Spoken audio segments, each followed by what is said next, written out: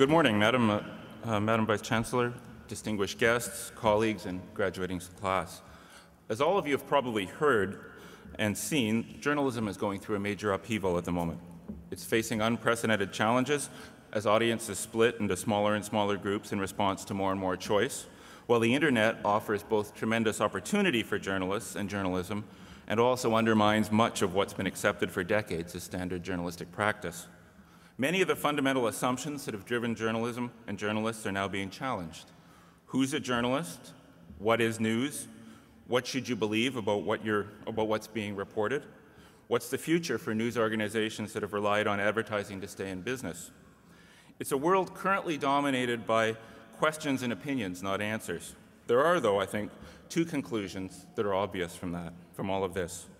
One is that journalism has always been and will continue to be about people and telling their stories. Stories that affect people, stories that help individuals make decisions in their lives, stories that inform people about the community and the world around them, stories that challenge people to ask questions and consider alternatives. The second conclusion is that local journalism, stories about the people in your communities and what's happening in your neighborhood, connects with audiences, perhaps now more than ever. Max Keeping has always known that, and it's been the cornerstone of his journalistic success. People connect with Max, and he's spent his career connecting with people. There have been 8 different occupants of 24 Sussex and 10 mayors of Ottawa in the time Max Keeping has been at CGOH, now CTV Ottawa. Those politicians and hundreds of others made regular appearances in stories in the thousands of newscasts Max has delivered since the early 1970s. To an audience not just in Ottawa, but to the 1.5 million people who live throughout eastern Ontario and western Quebec. But the politicians are not Max Keeping's people. His focus has always been the people who live and work in Ottawa and the Valley. Listening to them and telling their stories has made CTV Ottawa the region's dominant newscast. His focus has always been on giving back to his community, donating his time and his name to benefit the many who've used the services of the Children's Hospital of Eastern Ontario, the children, adults, and families who fought cancer and other life-threatening diseases, those with relatives with Alzheimer's disease, those children and families who've received the assistance of the Max Keeping Foundation to meet emotional, physical, mental, and emergency needs with sports and recreation, education, and medical support, and those who've been helped by the many organizations supported by the United Way. There are very few people in this region who've not been touched by the more than $100 million that Max Keeping has helped raise for charities in Eastern Ontario through more than 200 appearances a year at service groups, schools, neighborhood and community associations, and charities during the past 36 years. In that time, Ottawa has undergone extraordinary change. The federal government has expanded and contracted and expanded again. The high-tech boom was followed by a bust. The Ottawa Senators boom was followed by a bust too. The ethnic and linguistic makeup of our city has changed dramatically. Ottawa's geographic boundaries have expanded, and the challenges and issues have become more complex. For more than 3 decades, Max Keeping has been the face and voice through which Ottawa learns about itself every day. The dictionary defines an institution as, quote, a familiar object. As a member of the Order of Canada, the Order of Ontario, and the recipient of too many awards to list this morning, Max Keeping is hardly an object, but he certainly qualifies as an institution, as he's more familiar to the region's residents than anyone else in Ottawa. Max has not only told the stories of our community through his service, he's played an instrumental role in building and enhancing the social fabric of Ottawa and the surrounding region. Madam President and Vice Chancellor, in recognition of outstanding contributions to the field of journalism and communication and to the Ottawa Carleton community, I request that you confer the degree of Doctor of Laws honoris causa upon Max Keeping.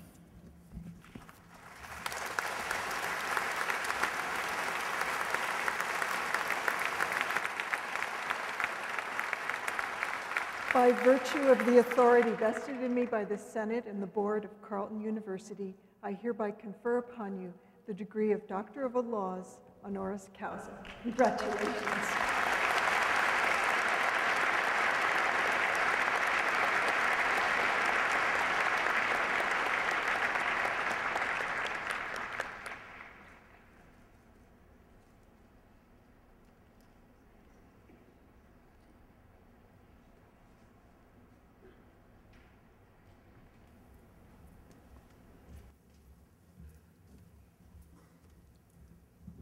Danny Heatley, please stay here.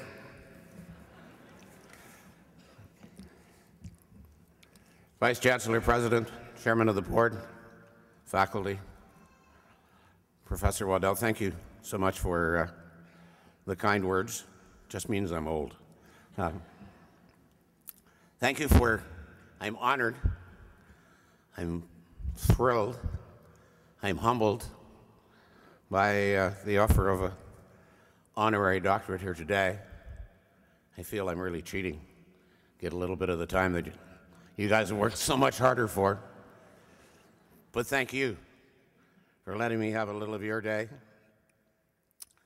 In the last 3 decades, Professor Waddell, half the CJOH CTV newsroom has been Carleton graduates from journalism. We both must be doing something right.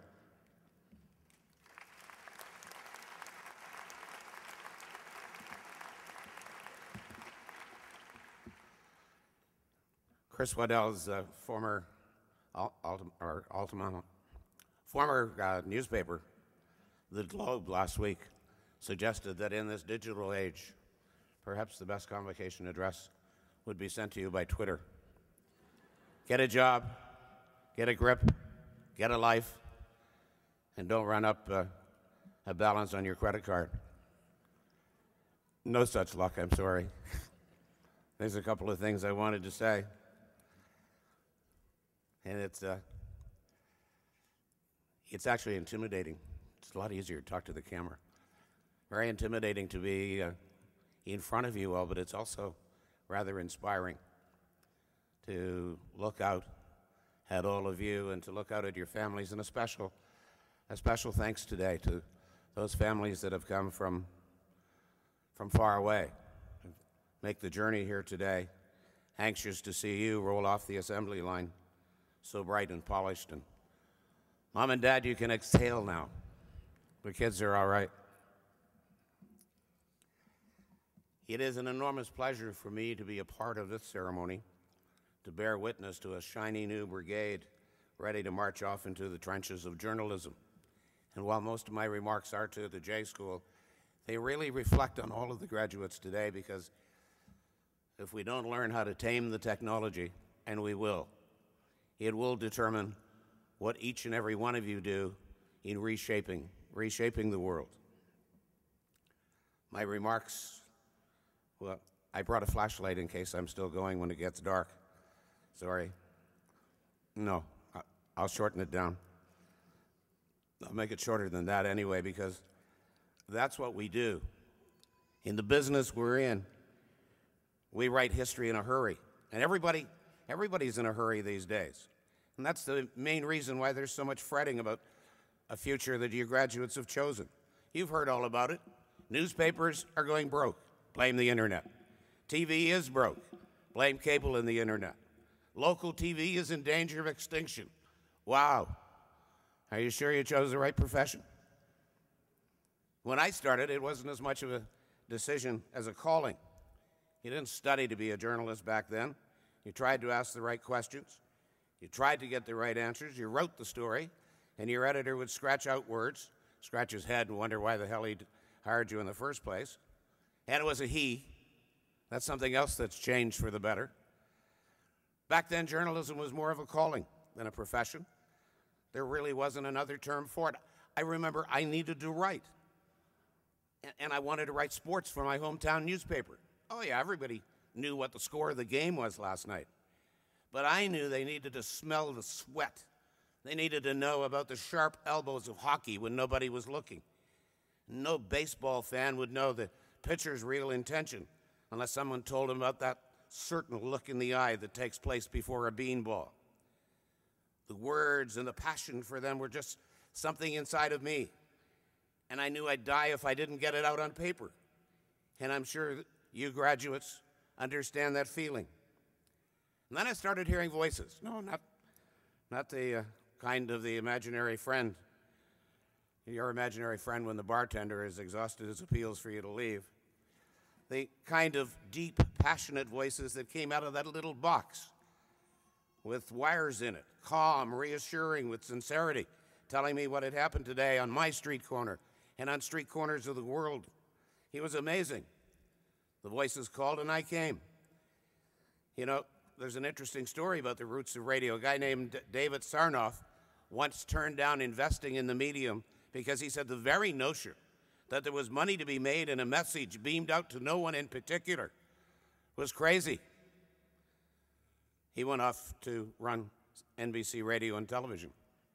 So perhaps he later decided the message was being beamed out to him. And then Sarnoff would join the group who wondered, is radio going to mean the end of newspapers? And there were lots of them.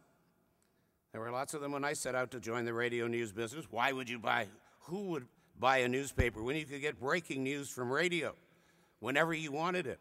Radio news could take you there live. Why wait to find a whole day to find out what's going on? A lot of people bought into that theory, and newspapers changed because of it. The evening paper boy went off to play checkers with the milkman, but folks still read the papers in spite of them. They read it in the morning. And then I discovered television. You would have loved the 1970s. What a time to climb on board the TV news train. Trudeau-mania, which gave way to the FLQ crisis. We had tanks on the streets of Canada. We had hippies and a peace movement demanding an end to the war that we weren't even a part of. Our war was cold. The neighbors were wringing their hands over Watergate. It was a hell of a time to be in the news business. And the whole world was listening to Canada's Marshall McLuhan, who was saying to everyone that TV was going to change everything. It would make us all neighbors. TV would be the bricks and mortars of a global village. Now, how in the world was radio supposed to compete with that? Everyone was sure that radio would join newspapers in the morgue with a TV news sign-off written on the toe tag. Now the people who kept saying that journalism is in the coffin remind me of that dead Monty Python skip. You know, the one where John Cleese kept saying, he's not dead yet. He's not dead yet. In fact, he's feeling better. Well, there's no denying we've come to a crossroads in media, and the business model is in trouble. Remember that term, the business model. Business models change. Newspapers survived radio. Not all of them. The ones that could quickly adapt to change did. Radio survived TV news. Oh, sure, they downsized. They changed. And so today, everybody's giving TV a hard look. They've called in the family. The priests of the industry have their Bibles out. Autopsies are being written right now. If only the damn corpse would stop twitching. So as you might take a second look at the diploma you're about to be handed, wondering who you should be listening to, my advice for what it's worth is this. Hang on to the notepad, your tape recorder, your video camera. There is a future in journalism just as much as there has been in the past. It's as old as mankind. Look at those cave drawings in the south of France. Orc used his spear today to kill a bear. His neighbors needed to know that. Anthropologists will tell you it was art. But any journalist knows journalism when he or she sees it. Cave bears had their own form of journalism. Bear shit in a cave with the orc's ankle bone in it told the rest of the clan, watch out for people. We've been at it for a long time. The Rosetta Stone showed us how the Egyptians practiced journalism. The Bayeux Tapestries, the Normans, each employed the tools available to them. Gutenberg made mass media possible. Radio jumped in to bring news to a world that literacy had not yet caught up with. Television disposed of the big words and brought the news to everyone with descriptive audio for the blind, captioning for the deaf. And now we're faced with the new challenges. Consider the paradox. More people are seeking more information than ever before. Our new challenge, the internet, has created a craving that is insatiable. When you hear folks in my business complaining about fragmentation of the audience, what they neglect to mention is the fact the audience is looking for more ways to connect with the information. Any of the journalist graduates good in math? I didn't think so. That's always been a badge of honor with journalists who choose words and sounds and images as a way of communicating. The problem is, though, the problem we're having today is that folks who are really good at math can't for the life of them figure out how they're going to pay us. Why? Well, because information is, for the most part, free on the internet. Wall Street Journal has made a few bucks off it, but the rest of the organizations start to tremble with the suggestions that people will pay for something of value. And there's no question, news is of value. Will people pay for it? Smart business people already pay for information. Will you pay for it? Information comes from all of those channels you surf. Have you looked at the cable bill you're paying? And just about everybody appears to be willing to pay at least 20 bucks a month for the internet. All information. You know, I wonder how I would have ever explained today's communication to my father, who grew up in a world in which most people didn't have a home phone. People today are willing to pay a lot to stay connected. The problem that conventional journalism is having is how to get a slice of that pie. Free news on the internet is not a sustainable commodity. Sooner or later, somebody is going to have to pay for it, or it will go away. Maybe the service providers themselves will become the next media moguls. Buy Simpatico, buy Rogers News. Perhaps others will jump on board, but in the end, free news will not exist because it just doesn't make sense. Newspapers were born to supply a demand. Folks needed to know what was going on in their neighborhoods, and they needed a source they could rely on, and they wanted one-stop shopping. They didn't want to collect all the information themselves. Modern newspapers in the free world built their reputation on trust. That's why there will always be a job for a journalist, because there will always be a demand. It's fun to surf the blogs, but you wouldn't want to depend on them to guide you very far in your demanding life, would you? That's not to say that tomorrow or some tomorrow after that, everybody's going to wake up, smell the coffee, and go back to business the way it was done.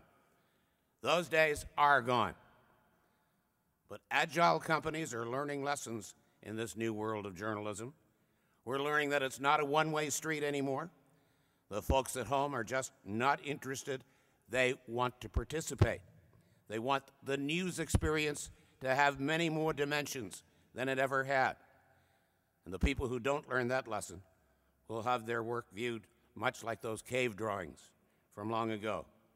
And folks will wonder, was it journalism or was it art? And at the core of what will live on will be local news. You've heard your professor say many times that all news is local. It just comes to the attention of the world when what has happened becomes vital or interesting to the rest of us. And that's a philosophy I embraced when I came into this business, and it's one that I hold as I leave. There are great stories to be told in our neighborhoods. Here in Ottawa, we faced a lot of criticism about our local news, some of it deserved. A lot of it has been what your grandparents would have called hooey. First, community journalism.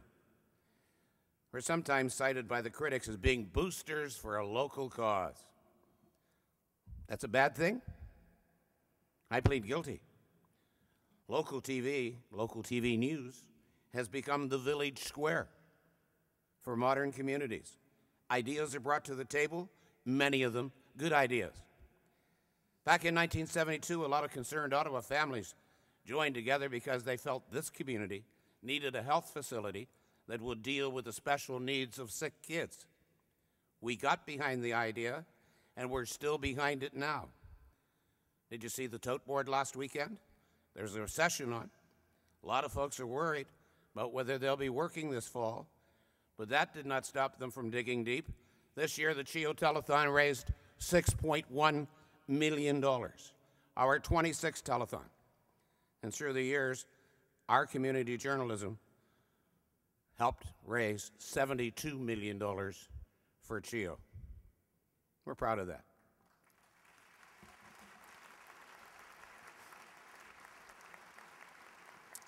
And I'm not sure how that could have happened if a local TV station reaching so many people could not have told Cheo's story one more time. Just one example of the community journalism where, yes, we get behind things from time to time when folks who may have very good arguments for their needs ask for help. One, community journalism. Two, Happy Talk. But I'll come back to Happy Talk, because I first want to let you know how we deal with consumers. Good news. We have all heard the platitude that what is news is what is different. And from the pulpits, journalists preach we should all delight in that rigid truth. They tell us to be grateful for that because it's the reason we cover plane crashes and not flights that land safely. U.S. Senator Daniel Moynihan once reminded us that there are places in the world where papers are filled with good news and prisons are filled with good people. And of course, all of those things are true, but living life connected to community is no longer black and white, and neither is the newspaper or television news. Sugar with the medicine, perhaps, but through the years, that sweetener has brought a lot of people into the tent where they've learned about community, where we live our lives, the cultures that enrich them, and where we fit on this piece of rock and water hurtling through space faster than a CNN headline. Yes, we offer good news, but for a local station, I think we brought a lot more to the table during my tenure. Yes, we offer the happiness file, where we announce joyous moments of milestones to neighbors. But we've also offered other things that have dismayed colleagues in other places. When the nation held its collective breath over the events in Quebec, we here in Ottawa already had generations of local reporters who had crisscrossed that province and the rest of Canada asking why and looking for areas where neighbors might find consensus. CJOH local news from 5 capitals across the country in 1 week. When viewers tried to understand how changes neighbors to our south might affect them as Ottawans, we went there looking for the answers. We watched the world change. CJOH News was there in person for the fall of the Berlin Wall, try to help our community, the capital community, understand how the world might look after Cold War melted into spring. All news is local, the professors have told you. We tried to make it a bit more local. The people who have passed through the doors of CJOH News have gone on to take up the esteemed positions in the broadcast journalism of the world. The majority of them Carleton graduates. So back to number 2, my boutonniere. Regular viewers have seen one taped to my lapel for more than 30 years. It's been part of the Happy Talk. I want it to be a reminder to all of our customers that on any given night, when our lead story might consist of a natural disaster or the worst example of man's inhumanity to man, there are still beautiful things in this world. Happy Talk? Hey, we have many reasons to be happy. Today, you and your families have so many, despite the turmoil of our times in this industry. I suspect that 50 years from today, when another class graduates, the person who stands before you, running over there a lot of time, will be telling the class that local identity is the future. I hope you will make that your goal in whatever community in which you land. If it's in Ontario, still to be erased. 1 in 5 young people has a recognizable mental illness. 1 in 10 in our province lost to the juvenile justice or mental health system. 1 in 5 children living in poverty. In some neighborhoods, that's 2 in 5. 2 in 5, high risk, casualty class of kids without access to arts and recreation. And on the planet today, 29,000 children under the age of 5 will die from diseases for which the developed world has cures. 29,000 tomorrow. 29,000 yesterday.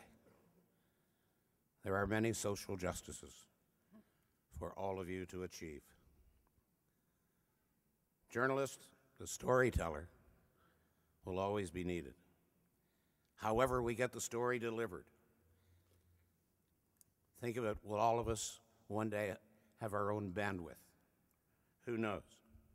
Whatever, 50 years from today, Ottawa will have at least 50 interactive TV news channels on the web, and folks will be returning their video screens to the store as they get problems with the mouse.